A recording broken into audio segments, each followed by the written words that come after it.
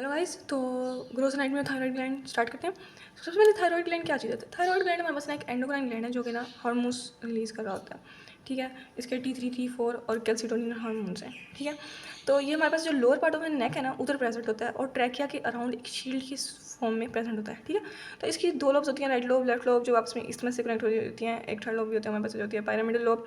ठीक है, यहाँ पर आपको एक फिब्रोमस्कुलर बैंड नजर आ रहा होगा। ये ऊपर हाइड्रोइड बोन है और ये नीचे हमारे पास पायरामिडल लोब है। ये देखें, ये नीचे की तरफ आ रहा है, ये इसे कहते हैं लिवेटर ग्लैंडुली थायरॉइडली। ठीक है, अब इसके दो कैप्सूल्स की तरफ आ जाते हैं। कैप्सूल्स हमारे पास इसके ये दो होते हैं, एक ट्रू कैप्सूल होता है और एक फॉल्स कैप्सूल होता है। जो ट्रू कैप्सूल होता है ना वो इसका अपना होता है, लाइक जो हमारे पास इसका कनेक्टिव टिश्यू ना ग्लैंड का, तो वो जो पेरिफेरी में ना वो कंडेंस कर जाता है, तो थोड़ा सा फॉर्म ले लेता है, तो उसे हम कहते हैं ट्रू कैप्सूल। जो इसका फॉल्स कैप्सूल होता है ना वो हमारे पास डीप सर्वाइकल फेशिया है। नेक के केस में डीप सर्वाइकल जो फेशिया होता है ना वो डिफरेंट लेयर्स में प्रेजेंट होता है। Investing layer, pre tracheal layer, pre vertebral layer. ठीक है, तो यानी डिफरेंट लेयर्स हैं। तो जो हमारे पास प्री ट्रैकियल लेयर होती है ना वो इसकी फॉल्स कैप्सूल बनाती है। ओके, तो ये हमारे पास ग्लैंड है, ये ग्लैंड का सब्सटेंस आ गया। ठीक है, ये हमारे पास है डेंस कैपिलरी प्लेक्सिस, ये कैपिलरीज बनी हुई है। ठीक है, ये जो ऊपर वाली चीज़ नजर है ये आपको नजर आ रहा होगा ट्रू कैप्सूल। ठीक है, ये जो लाइन है ये है प्लेन ऑफ क्लीवेज, और जो सबसे एंड पे है ऊपर ये हमारे पास है फॉल्स कैप्सूल।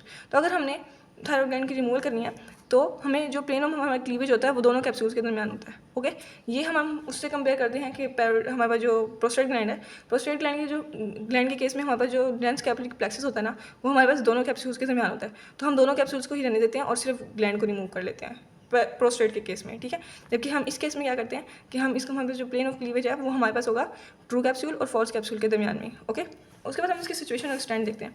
जो हमारे पास इसकी एक्सटेंड होती है ना, ये देखें, ये है थायरॉइड कार्टिलेज ऊपर की तरफ। जो थायरॉइड कार्टिलेज का मिडिल तक है ना, इसकी जो एक लोब है ये हमारे पास थायरॉइड कार्टिलेज के मिडिल तक जाती है। ठीक है, इसका एपेक्स, और जो इसकी बेस होती है ना वो जाती है 4th या 5th ट्रैकियल रिंग तक। ओके, जो हमारे पास इस्टमस है ना ये जाता है हमारे पास 2nd से लेके 4th ट्रैकियल रिंग तक। ठीक है, अब एज अ होल हम इसकी एक्सटेंड देखें तो ये C5 से लेके C7 और T1 तक जाता है। ओके, अब हम इसके रिलेशन देख लेते हैं और इसका स्ट्रक्चर देख लेते हैं। तो हमारे पास इसके एक होता है एपेक्स, हमारे पास होता है, एक होती है इसकी बेस। ठीक है, हमारे पास दो बॉर्डर्स होते हैं, एक होता है इंटीरियर बॉर्डर और दूसरा होता है हमारे पास पोस्टीरियर बॉर्डर। ठीक है, 3 सर्फेसेस होती हैं। सर्फेस होंगी हमारे पास होगी मीडियल सर्फेस, हमारे पास होगी लेटरल सर्फेस, और एक हमारे पास होती है पोस्टीरियर लेटरल या पोस्टीरियर सर्फेस। ठीक है ना, ये वाली, ये जो कैरोटिड शीथ के साथ साथ आ रही है। ठीक हो गया, अब हम इनके देख लेते हैं रिलेशंस। ओके, सबसे पहले जो रिलेशन देखो ना, तुम देख लो इस सर्फेस का, कौन सा सर्फेस है ये? लेटरल सर्फेस है। यहाँ पे तुम्हें मसल्स नजर आ रही हैं, एक ये 3 मसल्स ये हैं और एक चौथा मसल ये है। ठीक है, जो तुम्हारे पास सबसे आगे मसल छोटा सा नजर आ रहा है ना, ये तुम्हारे पास मसल है स्टर्नो, ये वाला, ये है स्टर्नो हायोइड मसल। ओके, जो इसके पीछे ये वाला नजर आ रहा है ना तुम्हें, ये है तुम्हारे पास superior belly of omohyoid muscle. ये वाला मसल है, ये है स्टर्नो थायरॉइड मसल, और ये स्टर्नो क्लीडोमास्टोइड मसल। तो आप लोगों ने याद रख लेना है, एक तो सबसे बड़ा मसल जो कि नेक में प्रेजेंट है वो है स्टेनोक्लीडोमास्टोइड मसल, जो पूरी नेक को ऐसे 2 पार्ट्स में डिवाइड कर रहा है। ठीक है, उसके बाद जो दूसरा ये मसल नजर आएंगे 3 छोटे छोटे मसल, ये हमारे पास एक स्टेनोहायोइड है और एक स्टेनोथायरॉइड है। ठीक हो गया, बीच में सुपीरियर वैली ऑफ ओमोहायोइड। ओके, यूँ याद कर लेना। उसके बाद जो मीडियल सर्फेस है ना, मीडियल सर्फेस में ना हमारे पास दो चीज़ें आती रहती हैं, यानी 2 ट्यूब्स, 2 नर्व्स। ठीक है, 2 मसल्स। तो जो 2 ट्यूब्स नजर आ रही है ना तुम्हें, वो हैं तुम्हारे पास ट्यूब कौन सी हैं? एक इसोफेगस होगा और दूसरा क्या होगा?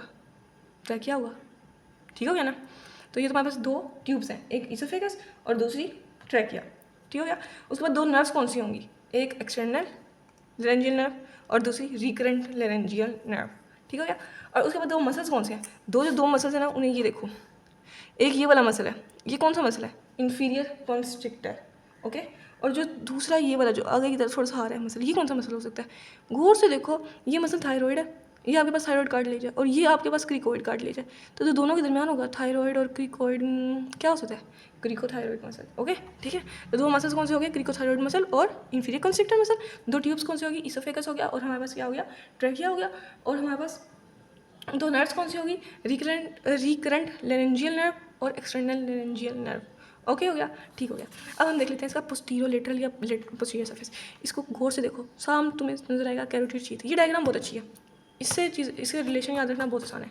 ठीक है ना, और ये तुम्हारे पास कैरोटिड शीथ आ गई। कैरोटिड शीथ में तुम्हारे पास कंटेंट क्या होते हैं?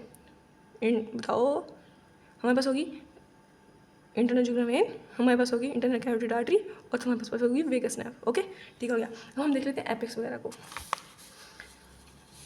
भाई ये तुम्हारे पास एपेक्स है, एपेक्स तुम्हारे पास थोड़ा सा अपवर्ड और थोड़ा सा स्लाइटली लेटरली करके होता है, ठीक है। उसके ऊपर तुम्हारे पास आ जाती है एक सुपीरियर थायरॉइड आर्टरी आ रही होती है, ठीक है। सुपीरियर थायरॉइड आर्टरी आती है, वो आगे यहाँ पे दो ब्रांचेस में डिवाइड कर देती है। एक उसकी एंटीरियर ब्रांच होती है जो आगे की तरफ चलती है, और उसकी एक होती है पोस्टीरियर ब्रांच जो पीछे की तरफ आती है, ठीक है।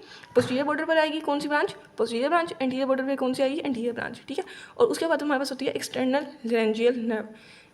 एक्सटर्नल लैरेंजियल नर्व का ताल्लुक होता है सुपीरियर थायरॉइड आर्टरी से, और इंफीरियर थायरॉइड आर्टरी का ताल्लुक होता है रिकरेंट लैरेंजियल नर्व से।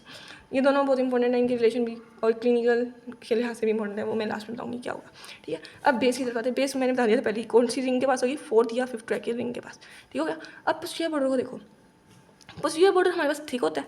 उसके बाद ऊपर से उस पर कौन सी ब्रांच आई थी? Posterior branch of superior thyroid artery तो आ रही थी, ठीक है।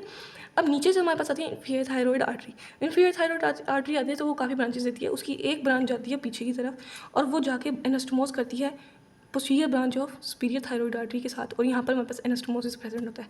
तो पोस्टीरियर बॉर्डर पे हमारे पास एक एनास्टोमोसिस हो गया, दूसरा इंफीरियर थायरॉइड आर्टरी होगी। उसके बाद यहाँ पर हमारे पास प्रेजेंट होंगे थायरॉइड पैराथायरॉइड ग्लैंड्स, ठीक है ना।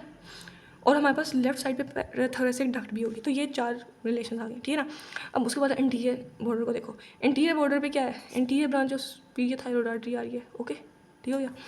अब हमारे पास हो जाता है इस्थमस। इस्थमस के लिए, इस्थमस को बस समझ लो, इस्थमस कोई इतनी बड़ी चीज़ नहीं है। यहाँ पे हमारे पास आएगी, ये एक साइड से आपको लेटरल व्यू दिख रहा है, तो दूसरी साइड का भी ऐसा ही है। तो ये जो इंटीरियर बॉर्डर है ना, यहाँ से हमारे पास आ रही है सुपीरियर थायरॉइड आर्टरी की कौन सी ब्रांच आ रही है? इंटीरियर। दोनों साइड्स की आएंगी, आपस में आके इधर एनास्टोमोसिस कर देंगी। तो इस्थमस पे, इस्थमस के सुपीरियर बॉर्डर पर हमें क्या दिखेगा? अपर बॉर्डर पे हमें एनास्टोमोसिस नजर आएगा, ठीक है। उसके लोअर बॉर्डर से ना हमारे पास निकली होती है इंफीरियर थायरॉइड वेन्स, ओके।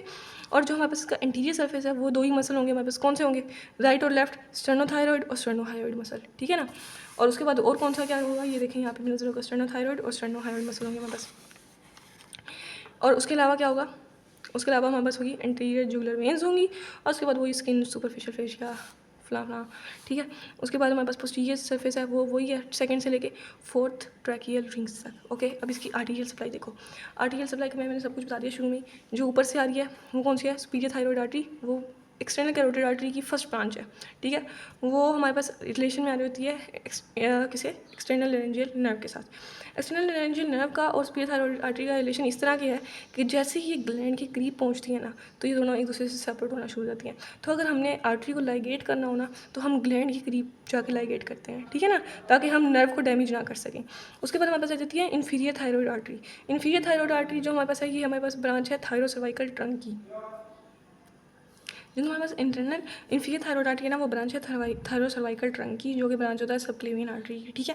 ये हमारे पास रिलेशन में होती है किसके? रिकरेंट लैरेंजियल नर्व के। और इसका रिलेशन इस तरह का है कि जैसे जैसे ग्लैंड के दूर जाएगी ना, तो दोनों आपस से सेपरेट होना शुरू हो जाती हैं। तो अगर हमने इसको लाइगेट करना हो, तो हम ग्लैंड के करीब से करेंगे या दूर से करेंगे? ग्लैंड के दूर से करेंगे, ठीक है ना। उसके बाद हमारे पास आ जाती है 3% में लोगों में हमारे पास होती है थायरॉइड या इमा आर्टरी प्रेजेंट होती है, ठीक है। ये हमारे पास ब्रेकियोसेफेलिक ट्रंक या आर्च ऑफ एओर्टा की ब्रांच होती है। उसके बाद हमारे पास एक्सेसिव थायरॉइड आर्टरी भी प्रेजेंट हो सकती हैं, जो कि हमारे पास ब्रांचेस होती हैं ट्रैकियल और इसोफेजियल आर्टरीज की, ओके, ठीक है। अब वेनस ड्रेनेज देखो। वेनस ड्रेनेज जो तुम्हारे पास सुपीरियर, वही उसी तरह सुपीरियर थायरॉइड वेन कहाँ क्या ड्रेन करेगी? एपेक्स को, अपर पार्ट को ड्रेन करेगी, ठीक है ना। और कहाँ जाएगी? इंटरनल जुगुलर वेन में जाएगी, ठीक है। उसके बाद हमारे पास आएगी इंफीरियर साइज पता नीचे वाले पोर्शन को, लोअर पार्ट को करेगी, वो जाएगी लेफ्ट ब्रेकियोसेफेलिक वेन में। फिर मिडल आ जाती है, मिडल जाएगी इंटरनल जुगुलर वेन में ही, ठीक है। फिर एक फोर्थ होती है, ये जाके हमारे पास ये भी इंटरनल जुगुलर वेन में जाती है, ठीक है ना। सारी तकरीबन तीनों इंटरनल जुगुलर में जाती है, और एक जो इंफीरियर वाली है वो लेफ्ट ब्रेकियोसेफेलिक वेन में जाएगी, ओके। उसके बाद लिम्फेटिक ड्रेनेज देखो। लिम्फेटिक ड्रेनेज सिंपल है, अपर पार्ट अपर वाले डीप सर्वाइकल लिम्फ नोड्स में जाएगा, lower part lower deep cervical lymph nodes में ही जाएगा, ठीक है। और उसके बाद नर्व सप्लाई हमारे पास जो मेनली होती है वो मिडल सर्वाइकल गैंग्लियन से होती हैं, और जो हमारे पास सिंपैथेटिक फाइबर्स होते हैं, वो जो ब्लड वेसल्स हैं उनको कंस्ट्रिक्शन करवाते हैं, तो वो हमारे पास वेजो कंस्ट्रिक्टर हैं, ओके। अगर वीडियो अच्छी लगी है तो लाइक कर दीजिएगा, चैनल को सब्सक्राइब कीजिएगा। Thank you so much.